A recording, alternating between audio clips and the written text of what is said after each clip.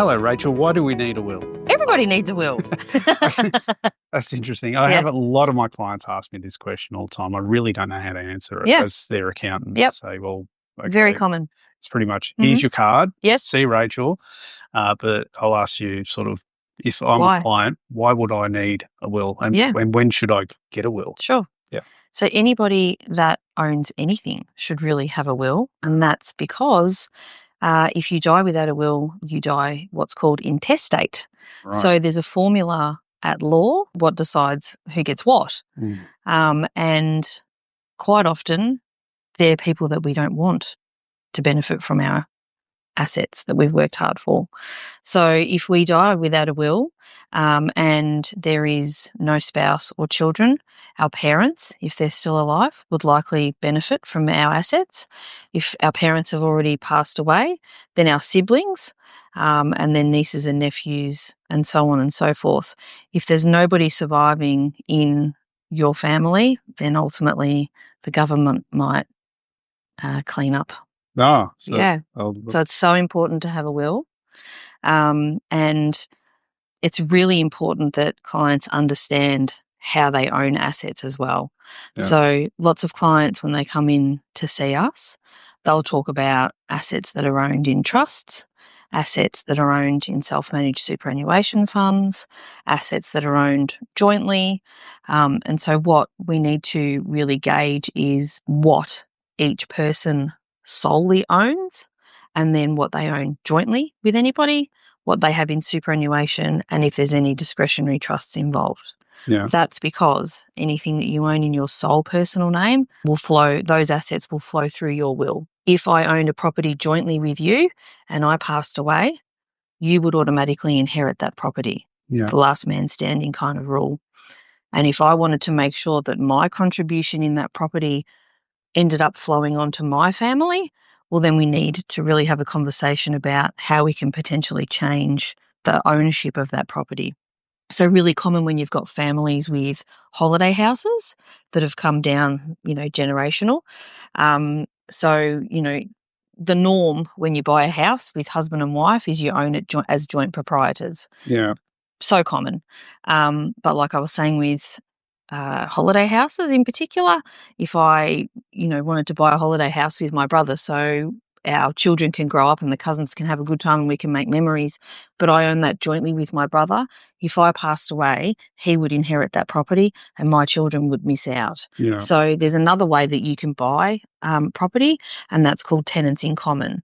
So my portion would be held in my name and my brother's portion would be held in his name, which would be the ultimate recommendation. But sometimes that question isn't asked, and most of the time clients don't know that there is a difference. Yeah. So it's very important.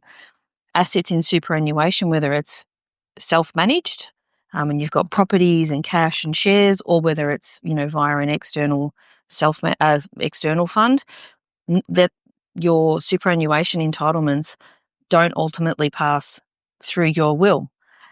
So it's really important that we have a look at your family dynamics, whether you can do what's called a binding nomination, which is essentially a will for your super, and then we can ascertain what your objectives are and give you the advice about what sort of nomination you should have in place and the potential tax consequences. I remember when I first got a job, I had a binding nomination in favour of my brother. That's not valid because my superannuation can only go to a spouse. I didn't have one at the time. Yeah. To my children, I didn't have any at the time. Or a financial dependent. Again, I didn't have one at the time. Or it could only come into my estate, and then my will would deal with my superannuation. But I didn't have the knowledge. And some clients do come in where they've got nominations in favour of their parents or their siblings or friends. And so we have to have the conversation about, no, we need to make sure that it gets into your will, and then your will can, gift your superannuation, or it can just be part of the overall pool. And then if you have assets in trusts, a discretionary trust, so you might have real estate again, or shares or cash or all sorts of assets, your will can't pass the assets that you own in your trust. Yeah. We need to have a look at your trust deed that was set up to establish that trust. Then we need to look at what's called the trustee role and the appointor role. So there's controlling roles within a trust, and the deed will stipulate how those particular roles are passed when the trustee passes away or the appointor passes away. And then hopefully the deed allows you to pass that via will, and then your will needs to be specifically drafted to make sure that those roles are passed the right way. And then ultimately it's those controllers that will then have the power over those assets to sell them or to keep managing the trust the way that it's already being managed. So it's really important that as estate planners, we have that conversation about who owns what and what your family objectives are. Sorry, what your objectives are, your family circumstances and dynamics. Because if you don't have a will, not everybody's family's 100% amicable. So, if you don't have a will, then that formula will basically distribute your assets to various family members who you may not want to inherit. Yeah. Well, we find it very important as well to, whenever we do the full planning, financial plans for clients, to try and work out exactly what their financial position is. Yep. As well. And then from there, we always recommend to do a will. Mm-hmm. In addition to that, it's important for them to know, who owns the assets, but then that leads to another question is clients don't know what the triggering points are and when someone should just go out and get a will. Mm-hmm. So for us, it's easy to say when they're approaching retirement, okay, you're going to have to look at updating your will now. We're restructuring your assets. Mm-hmm. So other than just restructuring your assets, what are the key triggering points that you believe some would just cause someone to say, okay, I need to get my will updated. I need to get a new will. Yeah, sure. So we often, at the end of a matter, send out a checklist, and that's a really handy checklist for clients to review every 3-5 years, or as certain, life events happen. Clients might inherit themselves. Have they inherited personally, or have they inherited through a trust? Yeah.